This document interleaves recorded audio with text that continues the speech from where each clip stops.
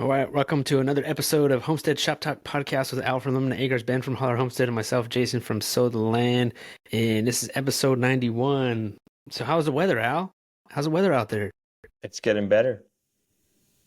That's great. You're Define not better. snowed Come in? on. We need some parameters. What does that mean? Well, last week it was so cold and nasty, and we had snow everywhere. And now we're starting to melt. So Okay. we're getting there. You're not negatives anymore? We're not negatives no more. Nope. We were in the teens last weekend, but we went and did some winter camping. Finally, we actually were able to get out. The mice didn't chew up everything, and I think it was like 13 at night. And we had the wood stove going in the tent, and then it was like 50-mile-per-hour wind gusts, so it was pretty windy. We almost didn't go, but I was like, if we don't go now, we're not going to get out. Yeah, for Miss sure. your window. Yeah, it's definitely looking that way today. So Do you think you'll get any like late spring blizzards? looking at the 45-day forecast, no. From here on out, we don't really get below freezing during the day. We're freezing at night for the next 45 days on average, but we have a few above freezing nights too. And then I'm just seeing like a small, like inch snowstorm here and there, if anything. We thought Party. we were gonna get it. Right. There was going to be a tornado this week for us, wasn't there?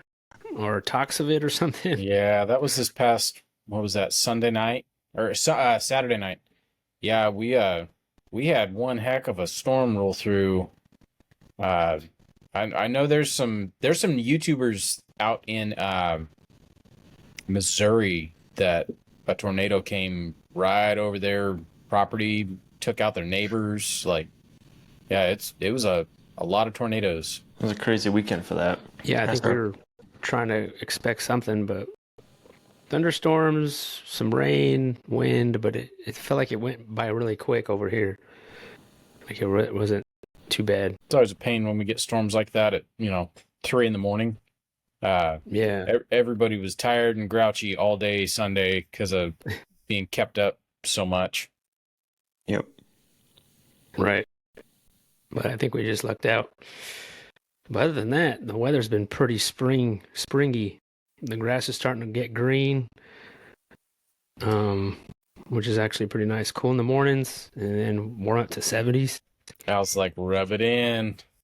Right. Don't worry, when you guys like 100 and 100 at night, I'll be like 40s and 50s and telling you how nice and cool it is up here in the summertime. Yeah. But we have yet to see 100 degrees here.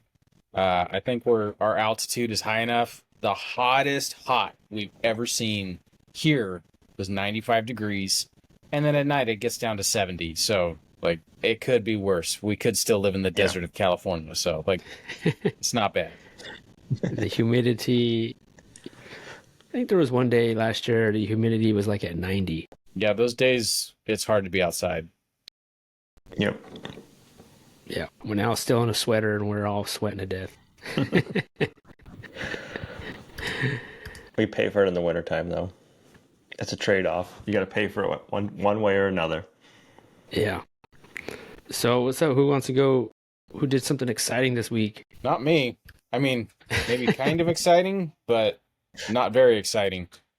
It was You go first then, Ben. all right. Well, I can talk about Monday. Monday we had our Azure drop. It's always a cool day. My light just died. Nice. It's always a fun day when we do our Azure drop.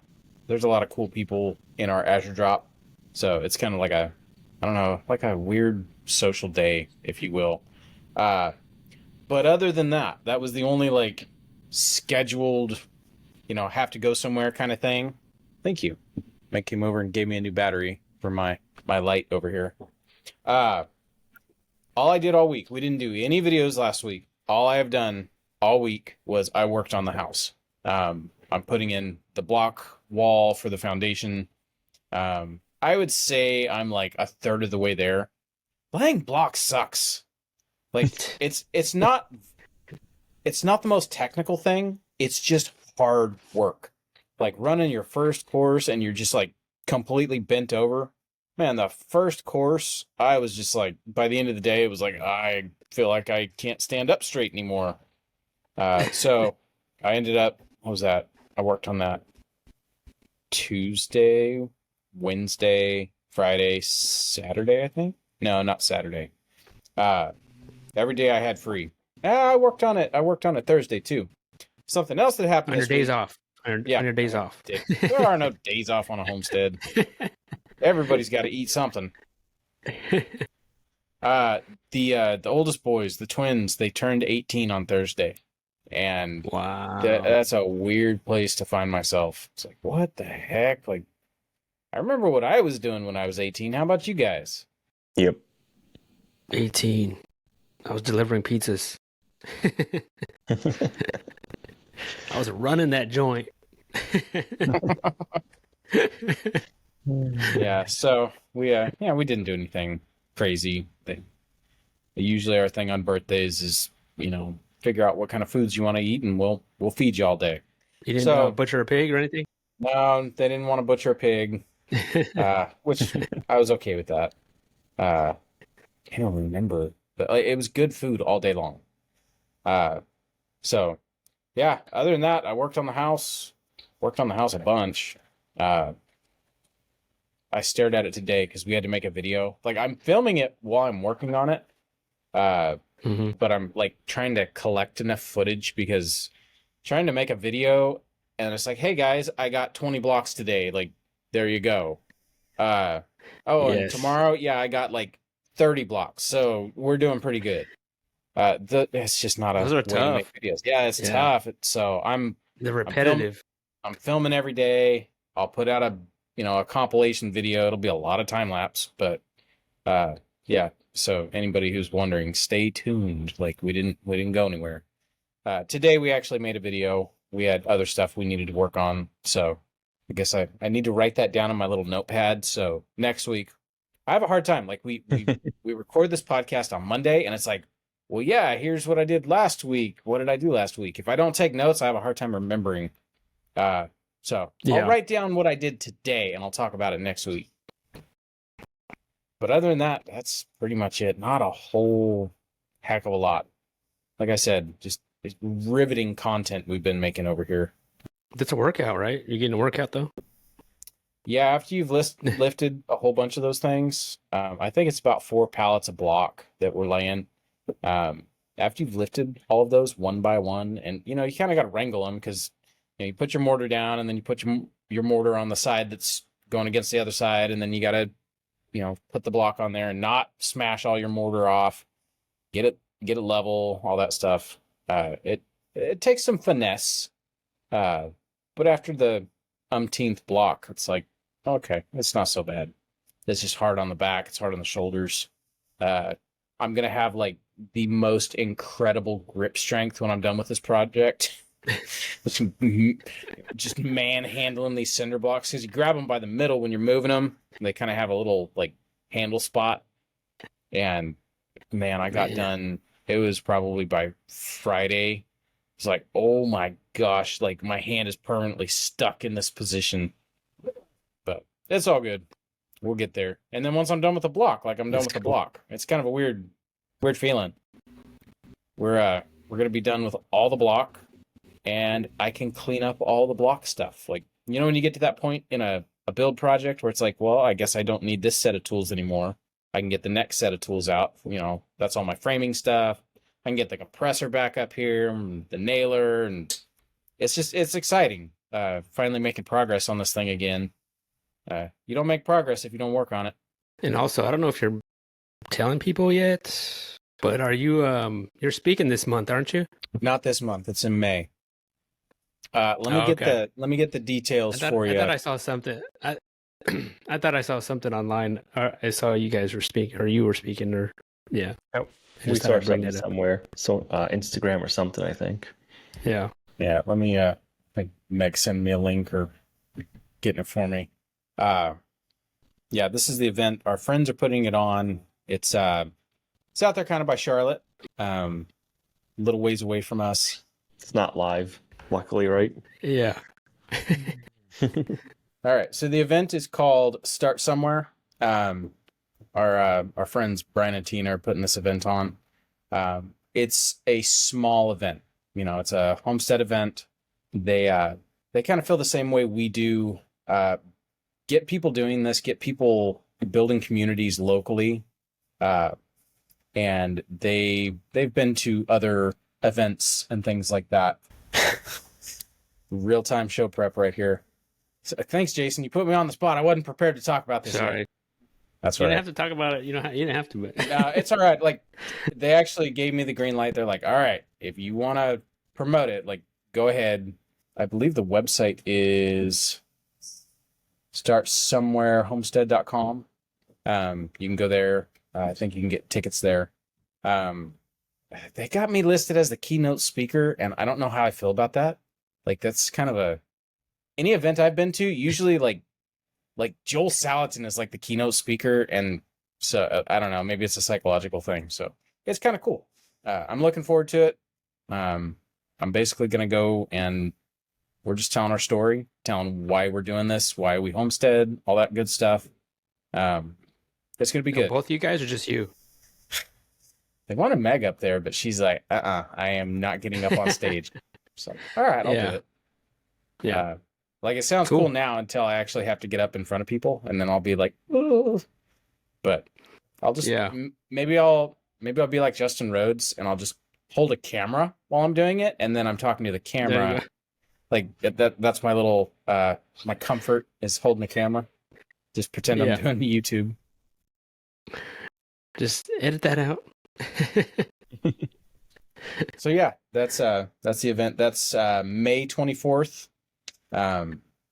It's gonna be a lot of fun. Cool, man. Our friends are very thorough, very hardworking people. I know this is gonna be an awesome event. Plus, I mean, there's other people speaking there that we're friends with that I'm looking forward to seeing. I haven't seen in quite a while, so it'll be good. It's like our friend Billy says, most of these homestead events are kind of like a family reunion. You go and see people you haven't seen in a while, so I'm looking forward to it. It's awesome, man. I'm excited for you guys. Thank you. You'll do great. Cross your fingers that I don't just like clam up and get stage fright. Yeah, I just brought it up because it was like, I know, we'll forget talking about it because it was in my brain when I saw it today, and I was like, I should bring it up, or I was waiting for you to bring it up actually, but you did. I thought it was this month, but it's a May, so cool, man. Now you're gonna wing what you're talking about, or do you write out what you're gonna? I've got a little bit of it written out, like kind of the high points, but it's gonna be mostly winging it. If Jason knows, in person, like the podcast is one thing, but like in person, I tend to ramble a lot. Like, I am a rambler, and I'll start talking about stuff, and I'll change subjects, and I'll forget about what I was talking about in the first place, and just trail off. And it's like, well, I'll write some bullet points, and have my notepad out just to kind of keep myself on track.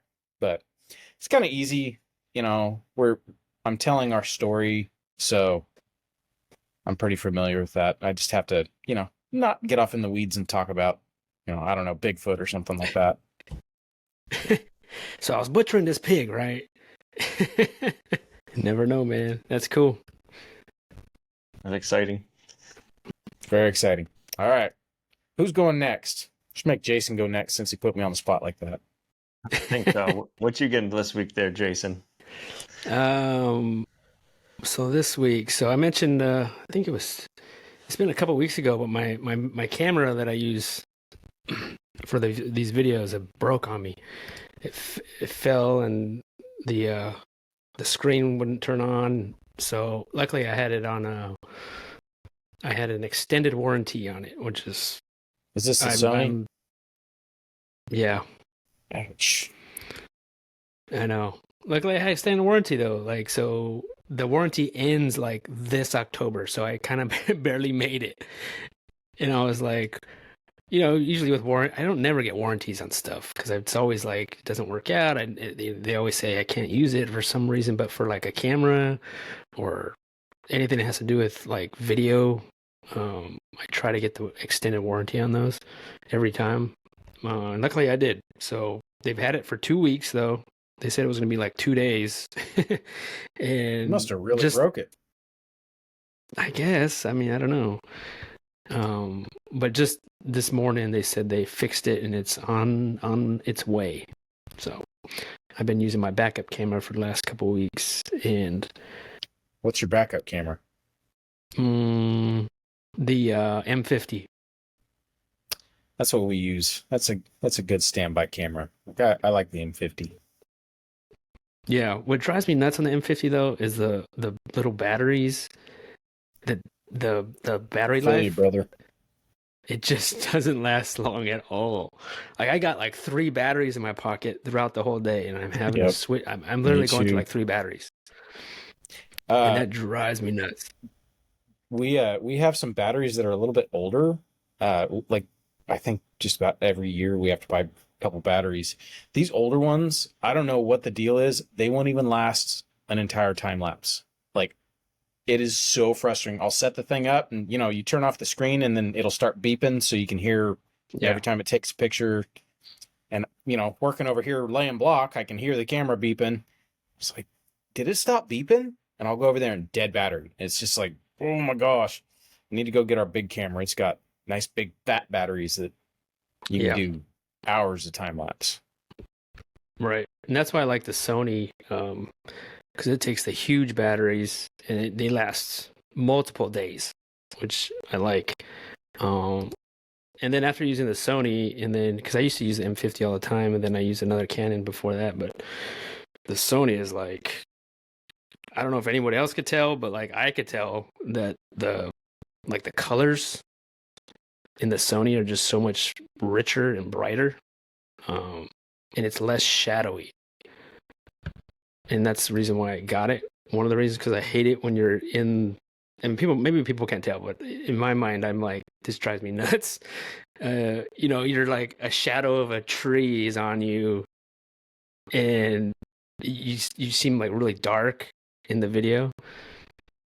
And with the Sony, it balances all out automatically, which is neat, and I could tell. But Do you have a Sony shotgun mic, or do you still have a Rhodes shotgun mic?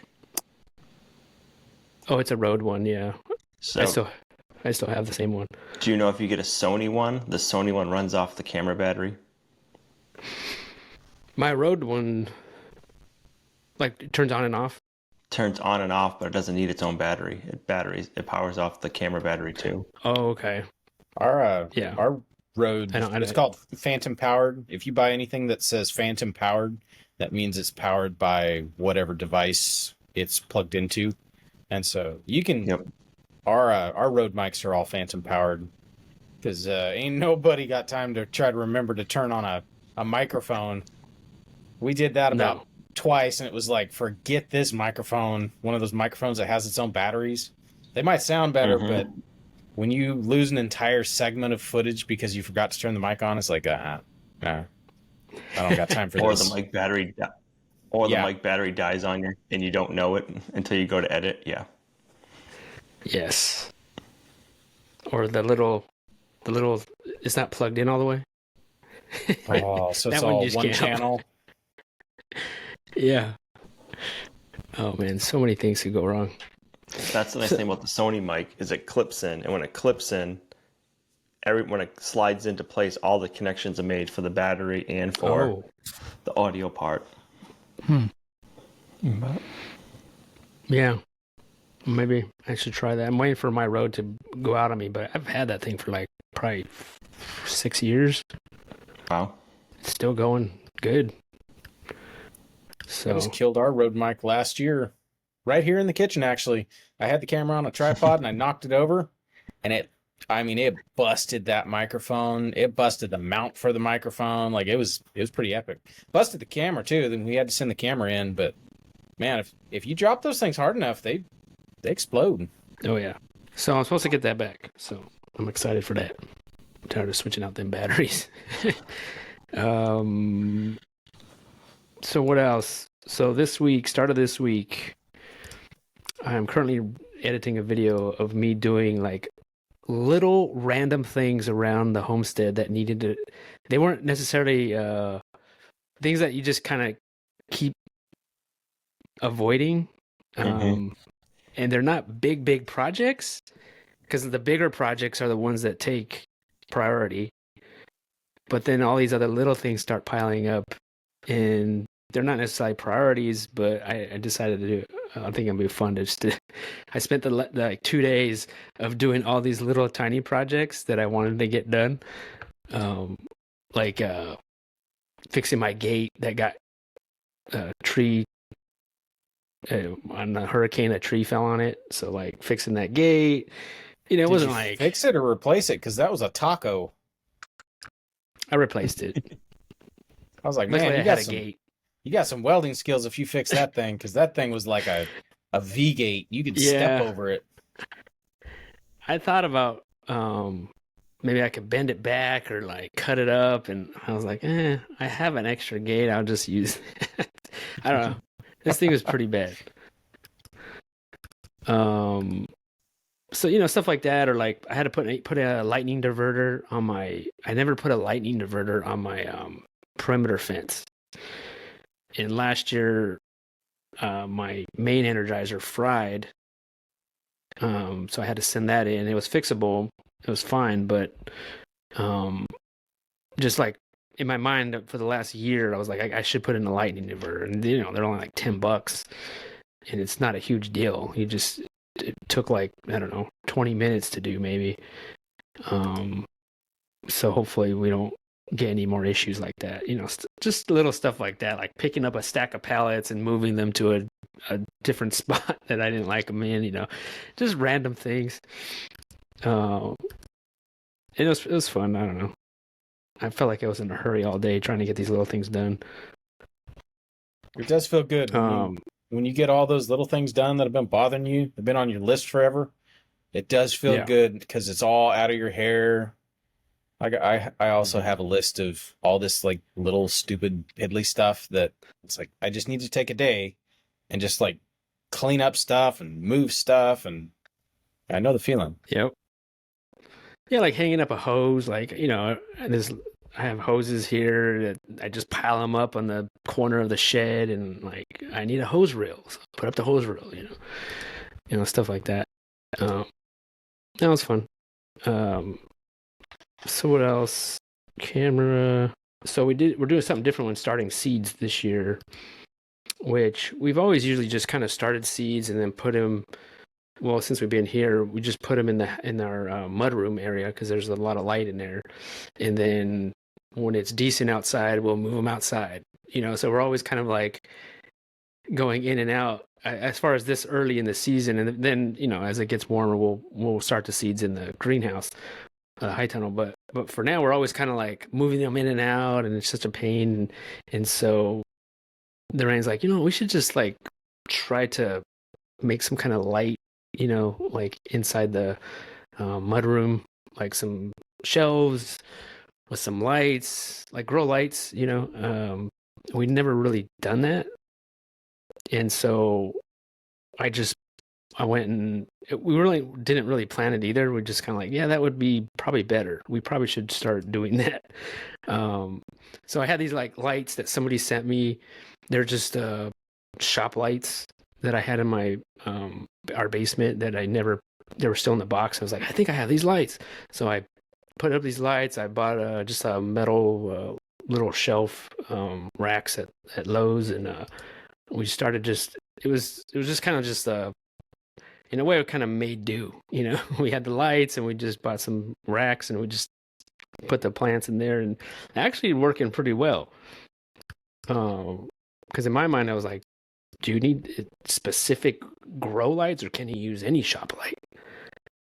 I don't know. I think everyone tells you different things. I used to think you needed grow lights, and I did the same thing. My first grow light was I had an extra light for the shed that I ended up not installing, and so I just kicked it around for 2 years. Well, when we were setting up our grow rack for seed starting, I just threw that thing up there, and then I bought grow lights. That one shop light actually grows healthier looking plants than the grow lights.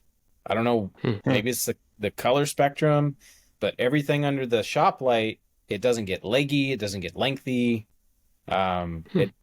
they always have really good color. Like they look like they were outside. So I don't know.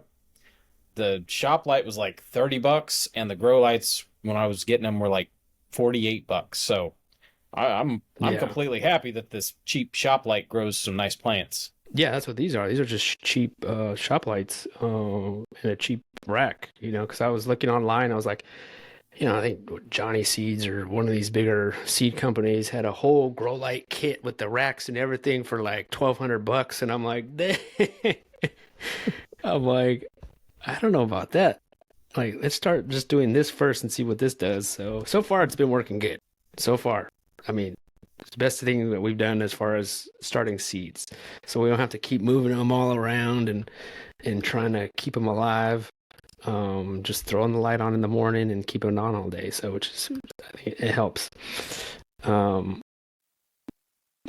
So what else? We got our chick order this week. Last Monday, right after the podcast, I got the email saying chicks were shipped. And then usually it depends. Usually you get the chicks the next day, but sometimes it's like the next day after that morning, like early in the morning, I'll get a phone call like at 5 in the morning from the post office saying they're there. So, but this time, so the next day was like 2 p.m. We got a call saying they're here. So, I mean, that was like less than 24 hours that we got them. And then luckily, that whole day prior to them calling me, I redid my whole shed brooder area. Because initially at the beginning of the year, I was like, I need to put concrete in here. I need to level it. I'm tired of it needs to be level. Plus all the dust from the dirt and everything. So I decided not to do that. And I just brought in a bunch of wood chips. I made it all level inside there with wood chips, and it's not dusty. We rearranged the brooders so it flows better, and it's like 10 times better than what it was. And we're actually happy with it.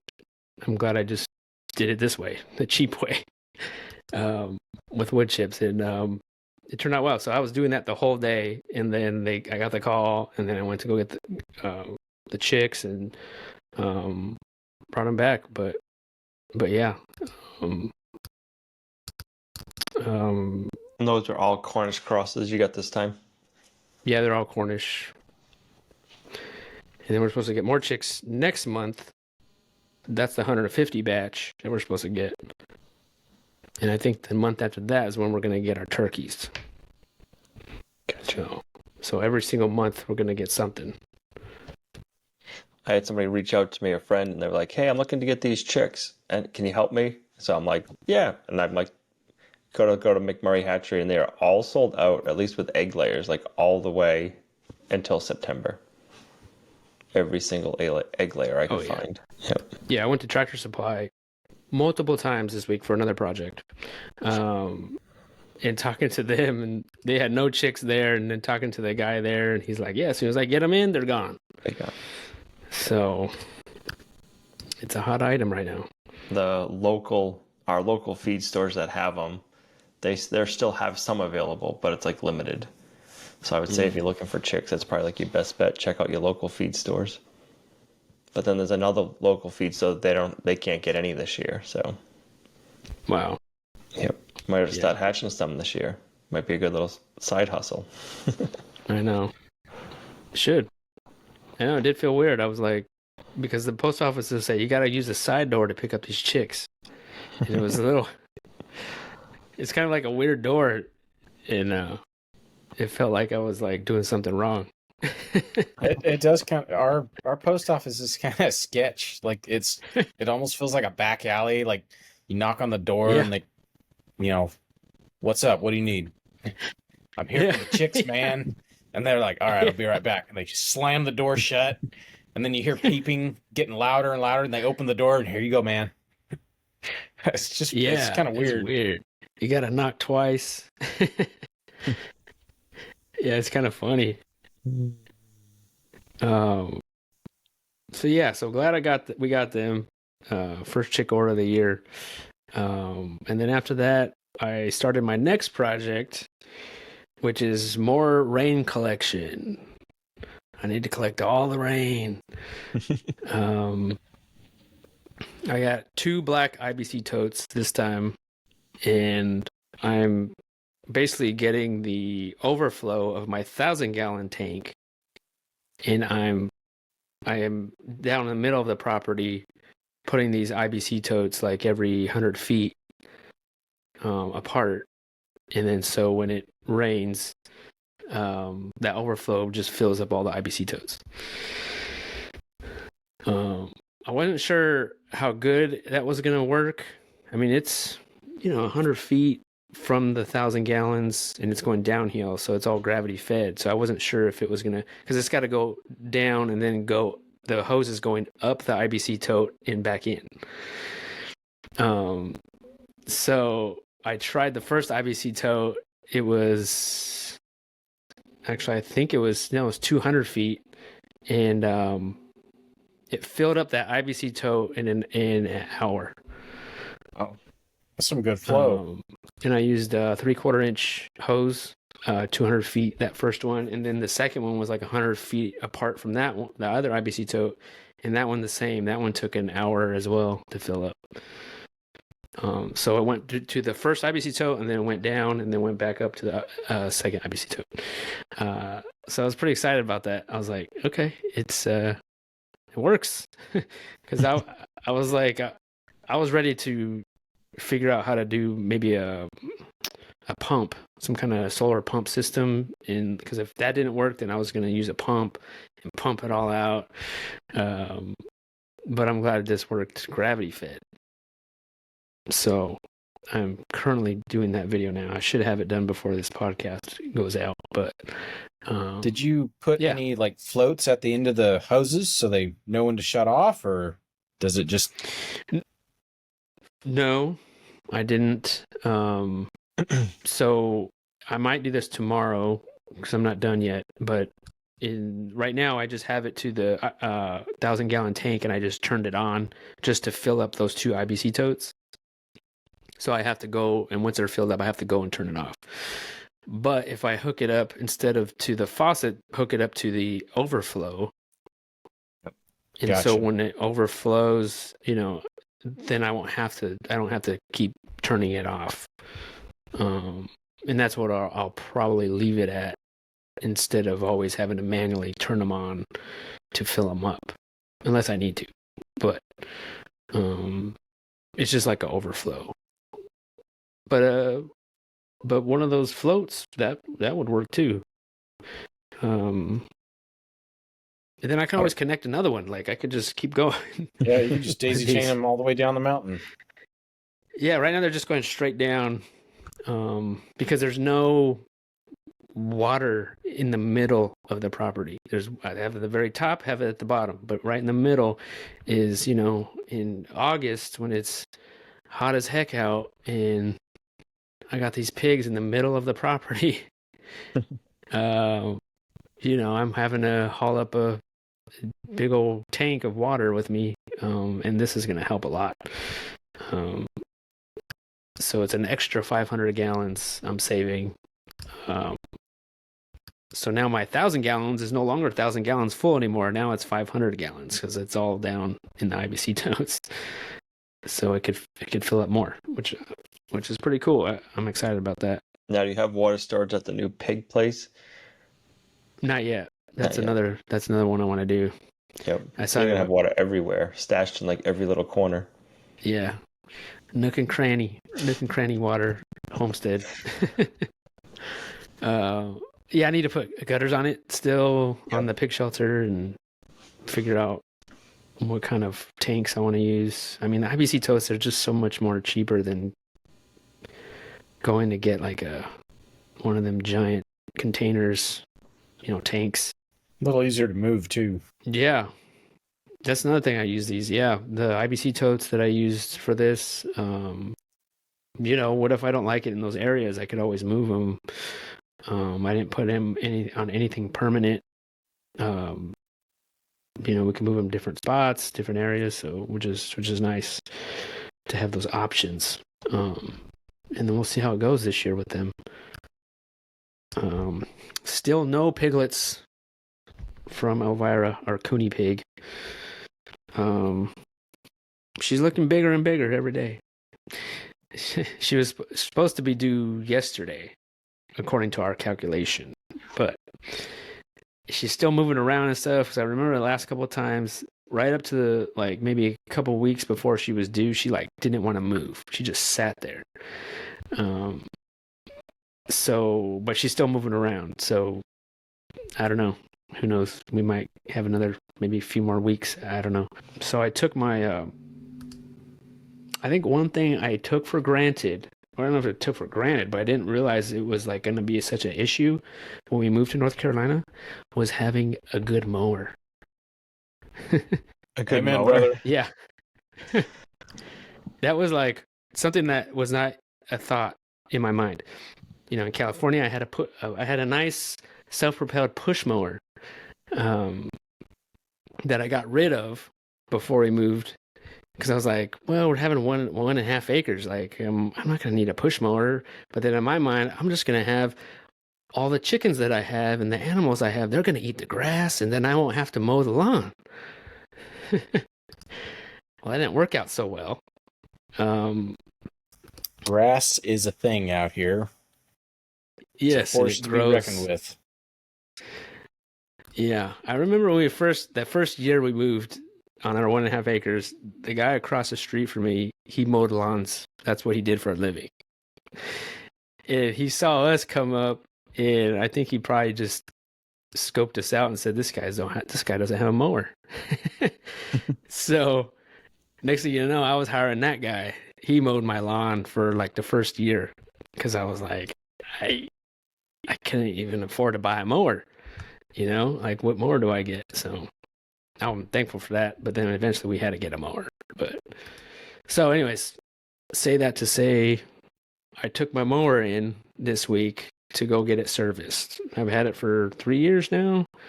It has been great. The Gravely mower that I have, I had no problems with this mower. But I feel like it's like a car, right? We're a one-car family.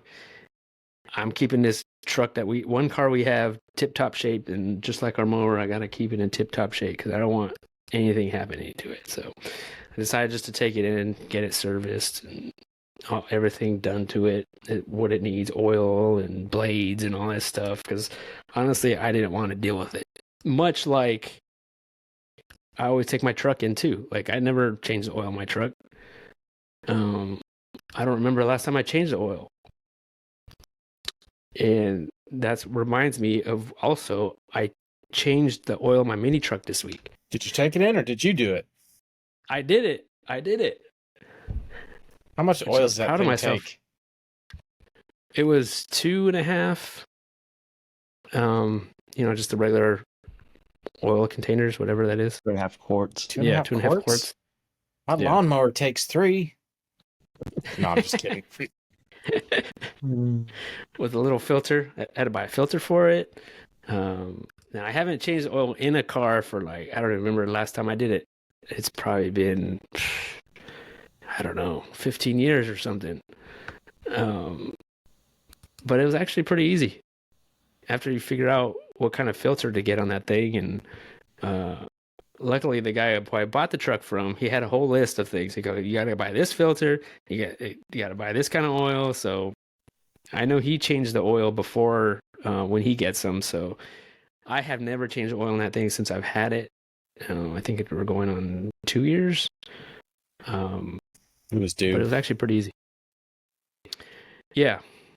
It was just pretty easy. Everything was under the seat. Just open up the seat. Now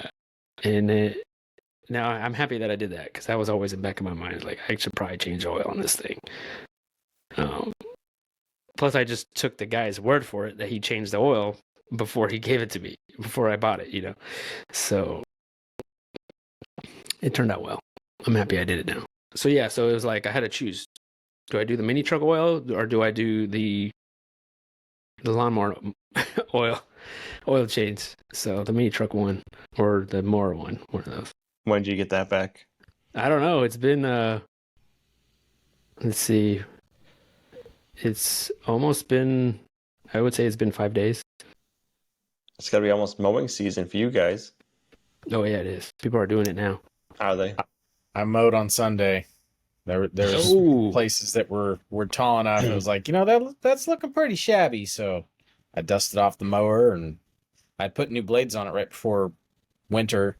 So had fresh blades ready to go. Like felt good. It nice. smelled good. And it was really nice on Sunday.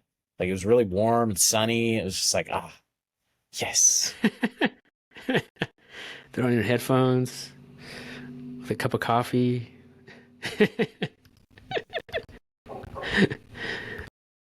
But yeah, I haven't received it back, so we'll see how long that takes. So I figured if I'm going to take it, right now is the time to do it before it gets before I really need it. But I think that's about it. Yeah, I think that's about it. So what's up, you Al? What's going on? We got to do our winter tent camping, which is always fun. So we spent the day and the night out there. That was fun. So we've been trying to pop popcorn on our stovetop, and we've done it, but it's never kind of like come out great. We did it on the wood cook stove, and it was so much better. I don't know why, but it was, I don't know. In the tent? In the tent, yep. We had the wood cook stove out in the tent, and we were popping popcorn on it. It just came out good, and then we did it in the house the next night, and it was better out in the wood stove. I'm like, Really? I have no idea why, but maybe it's just like a camping thing. Yep. Yeah. The atmosphere. Must be. But so we did that. That was fun. It's always an adventure, for sure. I think a lot of people are like, I just wouldn't do that. Like, why would you want to go out in the wintertime? There's no bugs. It's cold, but there's no bugs. It's just a different kind of challenge to go on. I think the other thing too is not many people get a chance to do that kind of stuff. So, Well, I've never been in a tent with a stove, a wood stove. oh, the wood stove. Yep. Never. Maybe with a little Mr. Propane heater, but I've never had a propane heater in a tent. oh, wood stove seems funner. Yeah, That does sound Well, it really gets hot fun. though, right? it wasn't too bad. We kept it pretty good with this wood stove that we had. The only thing when we do it again, as I was saying, I'm like, oh my, somebody needs to make a ceiling fan. And then I went online. They do have battery operated like ceiling fans. Because like when you stand up, it gets hotter and hotter in the tent. And as like when you're sleeping down low, it's cold. So I'm like, oh, if you had like a ceiling fan, just blowing it down, it'd be so much more comfortable. And of course, you can go on Amazon and find battery operated ceiling fans, like just small ones. I was like, all right. And then if you're camping in the summertime, it'd be nice for a good breeze too. It's amazing the stuff that you can buy, like whatever you want to think of, like that. Right. Just go online and buy it. Like, like they probably have it somewhere, and usually it's on Amazon. Right. That's like we bring out our battery pack with us, and then we just string up like the outdoor patio string lights in the tent. So then you get like nice lights. We got to bring the battery pack anyway, so we can charge like the cameras and everything for filming. So it's like, oh, we might as well have some nice lighting out here. And So you stayed out there. You didn't go back to the house. We didn't go back in the house. No. Ah. You just didn't do it for the camera and then went back to the house and slept? No. We got up at what, 2:30 to put wood in the stove, and I got I don't know where I got it from, but I got like a coffee cup set, and it's a percolator and everything all in one. So when I got up at 2:30, I'm like, all right, this is probably gonna take an hour to percolate on the wood stove. So I fed the wood stove, got the coffee going. It was like 10 minutes later, it was all done. I was like, what? So It's a little bit early for coffee. Yeah. So I'm like, it's too hot now, so I just took it off and put it by the stove to keep it warm. And I think like an hour or two later, we had the coffee. So it was kind of neat, just lying there listening to the percolator percolating while you're trying to doze back off to sleep. Yeah, that's nice. Yeah. Then it was time change. So I know last week we talked about time change a little bit. The first probably like 3 days, it didn't bother me. Now it's kicking my butt. Like 2-3 o'clock in the morning, we're waking up like wide awake. Has it been affecting you guys? I feel like I'm sleeping later. He's sleeping later. Yeah. I feel like my bedtime's all messed up. That's how I feel, but that happens every time change. I either feel like I'm staying up way too late or going to bed way too early. I feel Did like you I'm guys going see? to. I feel like I've been going to bed like at 11, 11:30. Usually I'm like maybe 10 or 10:30, so I'm like an hour. I'm still like an hour away. You're still off. Yep. Yeah. Did you guys notice the blood moon last week? I did. I actually woke up. It was the night of the boy's birthday. I actually had to, like, I woke up and had to pee in the middle of the night. And I remembered, like, I woke up and I was like, oh, hey, there's a blood moon tonight. Because it was supposed to be at like 2 or 3 in the morning, something like that. And so I went and opened the curtain and looked out. And sure enough, there it was. Yes, we weren't sure if it's the time change messing with us or if it was the blood moon and the full moon we've been having. So it's like 2, 3 o'clock in the morning, like clockwork. It was started Wednesday, but there was Wednesday, Thursday, Friday. And the moon's bright up here. I know that, like, I've been at Lowe's a lot this past week, working on the house. I haven't seen you there, man. Tuesday, I was there 3 times. Like, come on, man. Like, Oh. I know that, like, this whole week, people were acting weird. Like, I had a conversation with a dude while I was loading. I was getting block loaded up, and there's this other dude who was getting concrete, and we just sat there talking. He's like, I don't know if it's just me. He's like, everybody seems like they're just wound up, full of energy. Like, people aren't acting right. I was like, man, I was thinking the exact same thing. Like, people are just acting weird. And that was my thought. It's probably the full moon or the blood moon or something like that. It's a true thing. When I worked at the PD, the crazies would come out on the full moons. Our cop friend says the same thing. He's like, you can tell when it's a full moon because the craziest stuff happens. Yep. It's usually how you know it's a full moon. It's like, what's going on? Like, there's so much just weird stuff going on tonight. And you look up, it's like, oh, it's a full moon. That's what's going on. It's kind of weird how that happens. Yeah, we thought Elvira was going to have her babies that day. All right. Yeah. I know a lot of people plant by the moon and they swear by it. I've never, I guess, gotten into it, but it'd be interesting, I guess, to try it one year and see if it makes a big difference or not. Makes a huge difference on germination. If you plant with the phase, I think the Farmer's Almanac has a chart. Plant by the chart, I swear your seeds will be up in like 2 days. It is the craziest thing. It's very interesting. Yeah. So then we brought Brutus to his yearly vet check. So we were kind of all excited trying to figure out how much he was going to weigh. So in the fall, when we built our cattle chute, it's got a digital scale in it. We put him in. He was like 99.5 pounds. And that was, it must have been like November-ish, early December. So we brought him. He weighed 110. It's a big puppy. Yep. He's still got like 10 months of growing, and he could get to 150. That's like the breed size, or maximum breed size. So that's crazy. Puppy. Yep. How old is he? He's just over a year. It's like a wolf.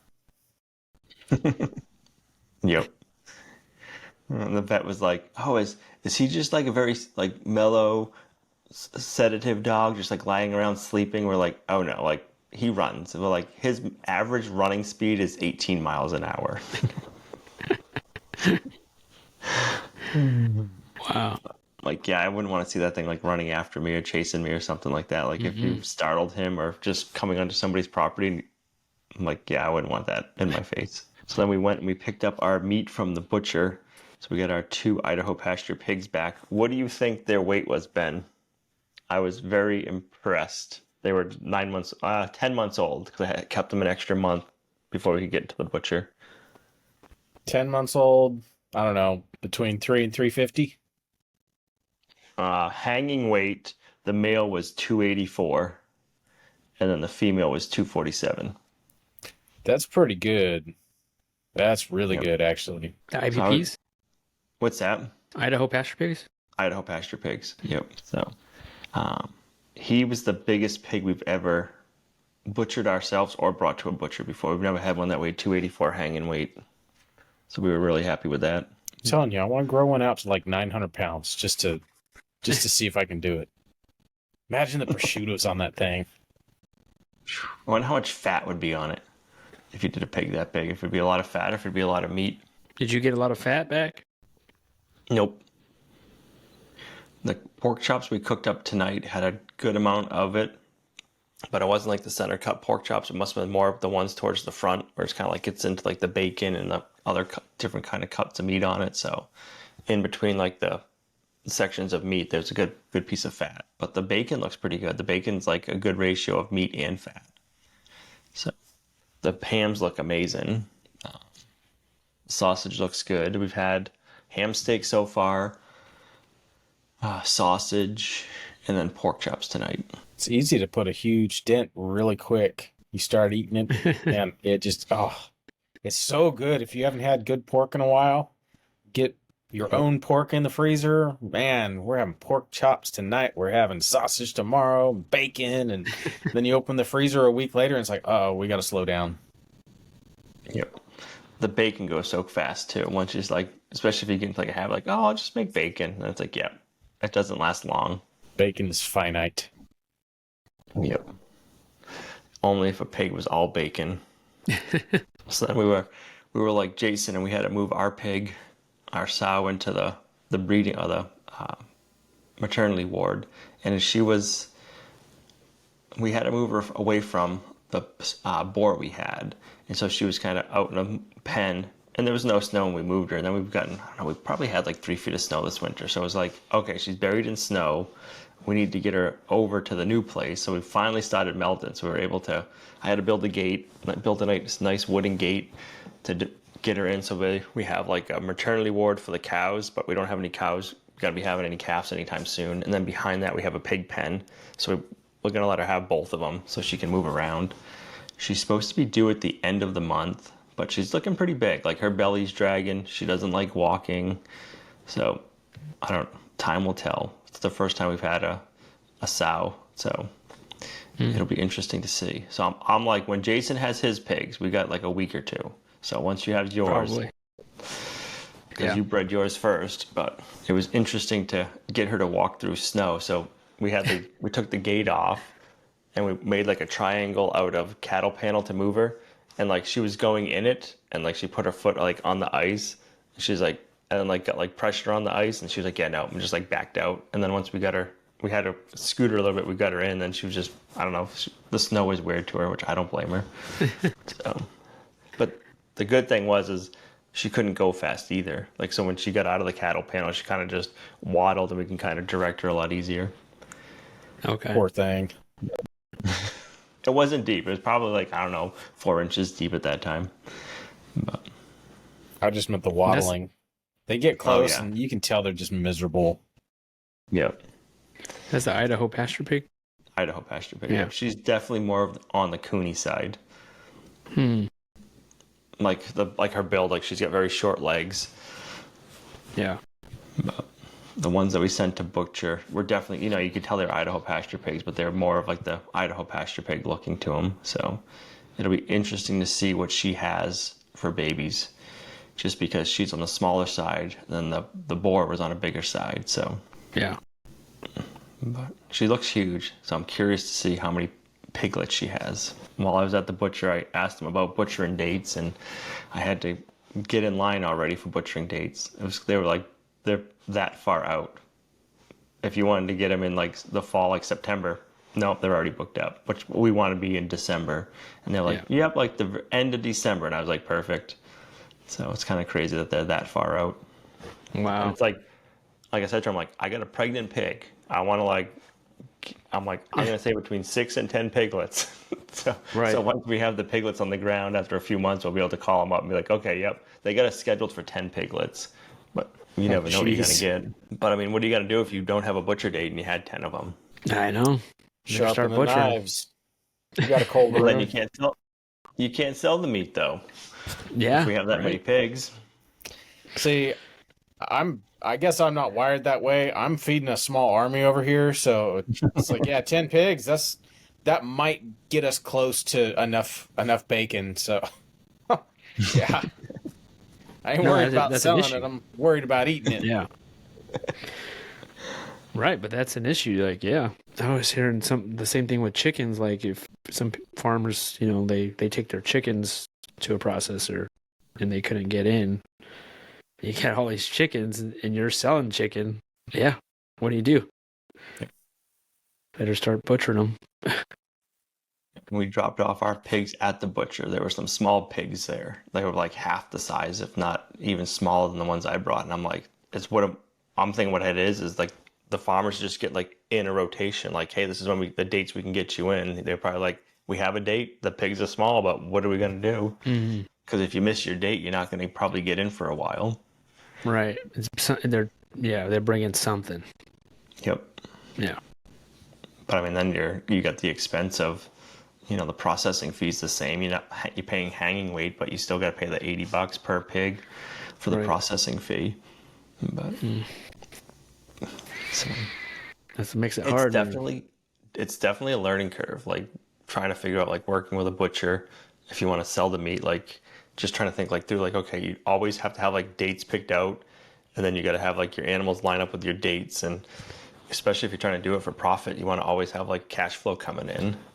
I was just asking the butchers different questions to figure that out in the future. Like, okay, how do we plan this? How do we set this up? So when we do want to get going, we have like a good flow going, and not like, oh, we got to wait a year or kind of thing. Right.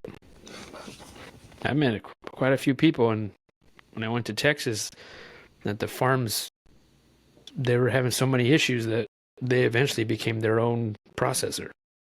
Yep. And they just do it, and they're inspected, and they could do that, and they just do their own meat, and that's it. Well, I think is it Featherman's that you can buy like one of the containers, and it's already like an inspected processing facility for chickens. Yeah, I think they do have that. It's like a shipping container. Cool. Yep. But it's for chickens. That'd be cool if you could get one like that to do any animal on your farm, and then be a USDA inspected. Right. Or it'll be even better if Thomas Massey gets his food bill passed and you don't got to worry about any of that stuff. That'd be the best solution. Yeah. Yeah, I know. It's such an issue. Yep. I mean, it would bring the price of meat down, I think, a ton. Yeah, I don't know. Like the butcher shop we go to, it's a brand new facility, and it looks like the people who own it are farmers. And they have, you go in there, and that's what they're selling is their meat all packaged up. So it must be like a place for them to butcher all their animals and their storefront. Yeah, oh yeah. But I don't know where the farm is because it's inside an industrial park.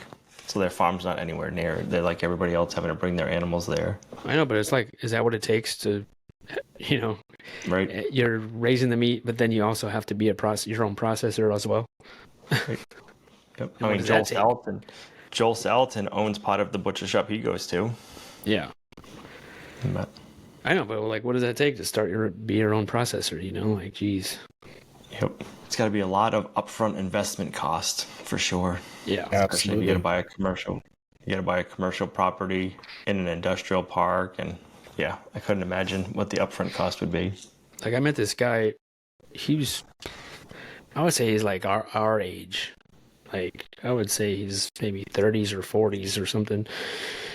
And he there was a processor that was closing down, and he bought it and basically took over. I think he's in Wisconsin. It's just kind of interesting, talking to people like that. Like he had a farm, and then he was opportunity there to buy this closing down processor, and he bought it, and now he runs it. It's just kind of interesting how that happens. Does he still farm? I think he does, yeah. He's his own processor, but he also does it for other people.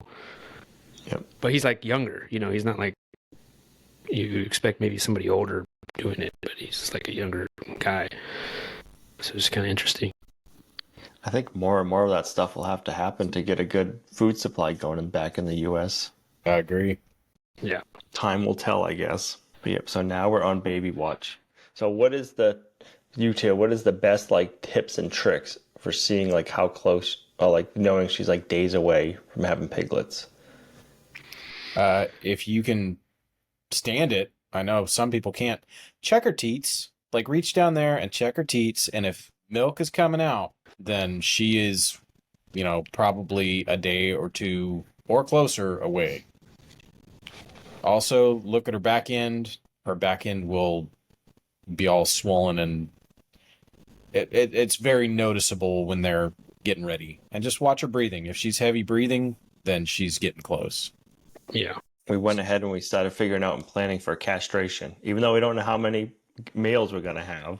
So I was online just looking for different things, and they actually make like a restraining cone for putting the piglets in. They're on Amazon. It was like 60 or 80 bucks, I think. I was like, okay, I'm going to try it. It's Wow. supposed to show up, I think, tomorrow in the mail.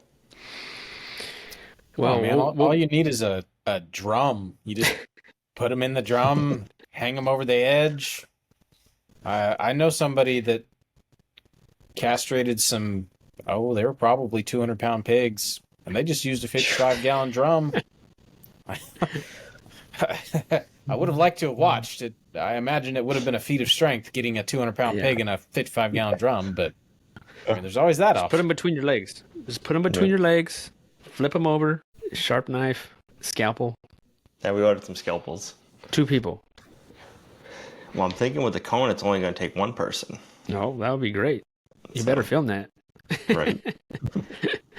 I forget what I looked up because I was looking for the scalpels and just different stuff, and that popped up. I was like, on Amazon? Come on. They have everything nowadays. Yeah, it's interesting. I'd never seen one of those. I haven't before. So it looks like they slide in, and then it has like a thing that looks like it to hold the legs like back a little bit, so they're not always like kicking in your way.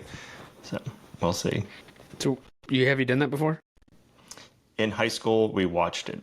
In high school, they just took out razor blades, and it was like, in high school, I think we were like sophomores or juniors. They're like, "Here, you do it." We're like, "Yeah, we're good. We'll watch."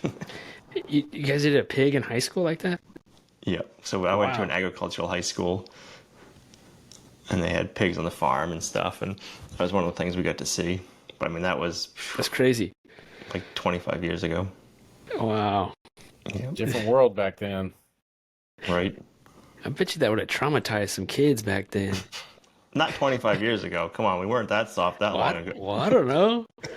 Like, I'm never raising pigs, One of those things. I don't know. Maybe out in California, that might have traumatized some of those California kids. But, Yeah. I mean, like, I was in 4-H. Like, never saw a pig get castrated, but, like, animal stuff, like, that was a common occurrence. Yep. I mean, nowadays, I'm sure people I'm sure the school's not even doing it anymore nowadays. They probably would get shut down if they were. Our senior year, like some new principal came in, like all the rules changed, and you had to wear safety glasses. Nobody could bring pocket knives to school, and I was like, I'm glad I'm out of here. Like, this is an agricultural school. You need a pocket knife. Like, What are you taking my switchblade from me? Yeah. That's a tool. Like. Safety glasses. I ain't wearing safety glasses all day long. Are you kidding me? I castrated a pig in this high school. That's gonna be fun, Al. Castrating pigs. You might luck out. Maybe because I'm all set up for it. I won't have to do any this year. Hit the lotto, and it's all females. That'd be too easy. Yeah. I'll probably get all males. The worst job on the homestead. Yep. You gotta do it. Make sure you get earplugs in. You plan on doing it right away? Like as soon as they're born, or like waiting a little bit? Now I'll probably wait a little bit because they're gonna be tiny. Yeah. I'm thinking 2 weeks-ish. We'll go off of size, I guess. Because how long do you guys usually wait? Because you both have smaller pigs. I would like a month. A month. I've done them as small as 12 days, and a 12-day-old guinea hog is really small. Like, that's like a baked potato size pig. Now I wait until they're like, I don't know, a little bit bigger than my canteen right here. Like, maybe like a couple Football pounds. size. Yeah, football size. That's manageable. I mean, eventually they get so big. Jason helped me one time castrate some that had gotten a little too big, and they're a struggle to hold on to. I mean, it's doable. That's why you get help. But they're definitely a lot easier when they're, just bigger than a potato. that was it for my week. Sounds like a good place to stop the podcast too. I'll talk about the same thing. Yeah. You just reminded me, I have 3 pigs I need to go castrate, and I'm not looking forward to it. Ooh, you just sent Al some pics of that. Take some video. Yeah. I mean, if you want, I could take some video. I could set my phone up. I bring them in the barn so they're like way away from the mom, because once they start squealing, mama will eat your lunch. Oh yeah. But yeah, I could take a video for you. Yeah, Send it my way. We'll get the pigs and put them in a dog crate, take them all the way down to the barn away from mama, and do it in the barn. Gotcha. And then bring them back. That's been working well for us. At the very least, it doesn't stress out mama. Right. Mm-hmm. Cool, guys. That's a good end to our talk this week. Pig castration. Exciting stuff in the shop over here. What did you guys talk about today? Pigs castrating. So thanks, guys. It won't be the last time this year. No, it won't be the last. That either. Probably not. No. Pig castration is like the weather. It's like the weather. You usually get one of those 2 things, maybe both things in every single podcast. I don't know. I feel like we've talked about the weather more than we've talked about pig castration lately. Yeah, that's true. Well, thank you guys. We'll leave it at that. Thank you guys for listening to this podcast. Thank you so much. And make sure you subscribe to the YouTube channel and leave us feedback on iTunes. Thank you guys, and hope you guys have an awesome week. Have a good week, everyone. Later, everybody.